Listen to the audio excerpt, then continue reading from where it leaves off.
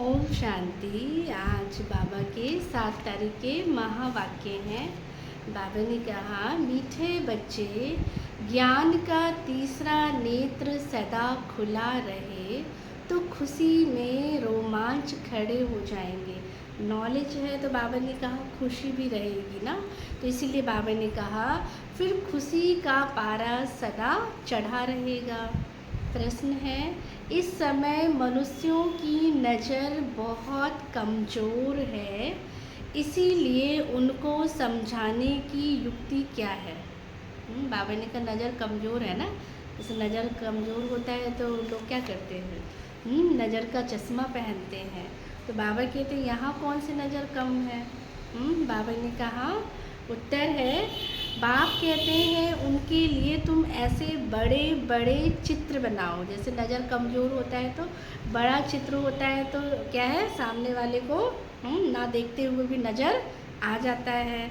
तो बाबा ने कहा दूर से ही देखकर समझ जाए, ये गोले का माना सृष्टि चक्र का चित्र तो बाप कहते हैं बहुत बड़ा होना चाहिए। ये है अंधों के आगे आईना। दूसरा प्रश्न है, सारी दुनिया को स्वच्छ बनाने में तुम्हारा मददगार कौन बनता है? बाबा ने कहा उत्तर है, ये नेचुरल कैलेमिटीज तुम्हारी मददगार बनती है इस बेहद के दुनिया की सफाई के लिए, क्योंकि इतनी बड़ी सृष्टि है।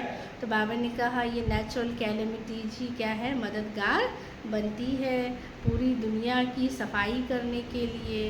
तो बाबा कहते हैं इस बेहद के दुनिया की सफाई के लिए ज़रूर कोई मददगार तो चाहिए। आज धारणा के लिए मुख्य सार है, फर्स्ट पॉइंट, बाप जो सिखलाते हैं उसे अमल में लाना है, सिर्फ कागज पर नोट नहीं करना है। विनाश के पहले जीवन बंध से जीवन मुक्त प्राप्त करना है ना। बाबा ने कहा मनुष्य कोई न कोई बंधन में है ना, तो बाबा ने कहा जीवन मुक्त पद प्राप्त करना है। सेकंड पॉइंट, अपना टाइम विनाशी कमाई के पीछे अधिक वेस्ट नहीं करना है। विनाशी चीज़ों में बाबा कहते हैं ना टाइम ज़्यादा हम वेस्ट करते हैं, क्योंकि ये सब तो बाबा ने कहा मिट्टी में मिल जाना है।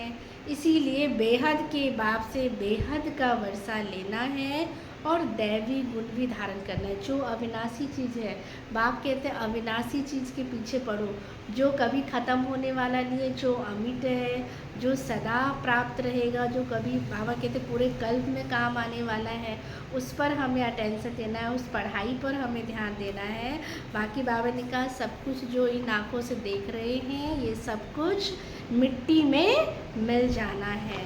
तो इसीलिए बाबा ने कहा बेहद का वर्षा लेना है और दैवी गुण धारण करना है। आज का वरदान दिया बाबा ने, योग बल द्वारा माया की शक्ति पर जीत प्राप्त करने वाले सदा विजयी भव। आगे बाबा ने कहा ज्ञान बल और योग बल क्या है, सबसे श्रेष्ठ बल है। जैसे साइंस का बल अंधकार पर विजय प्राप्त कर रोशनी कर देता है, साइंस के साधन से हम अंधकार को भी क्या करते हैं, रोशनी में कन्वर्ट करते हैं। ऐसे बाबा कहते हैं योग बल सदा के लिए माया पर जीत प्राप्त कर हमको विजयी बना देता है। तो योग बल इतना श्रेष्ठ बल है जो माया की शक्ति इसके आगे कुछ भी नहीं है। माया बाबा कहते जैसे कि वो कुछ भी नहीं है, वो ना के बराबर है। तो योग बल वाली आत्माएं स्वप्न में भी माया से हार नहीं खा सकती। तो स्वप्न में भी कोई कमजोरी आ नहीं सकती। जो योग का बल होगा तो बाबा कह रही ये बल क्या है, सबसे श्रेष्ठ बल है। तो माया भी इसके आगे हार खा लेती है।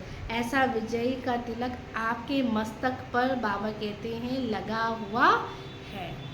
स्लोगन है, नंबर 1 में आना है तो व्यर्थ को समर्थ में परिवर्तन कर दो। नंबर 1 में आना है तो व्यर्थ को समर्थ में परिवर्तन कर दो। अच्छा, ओम शांति।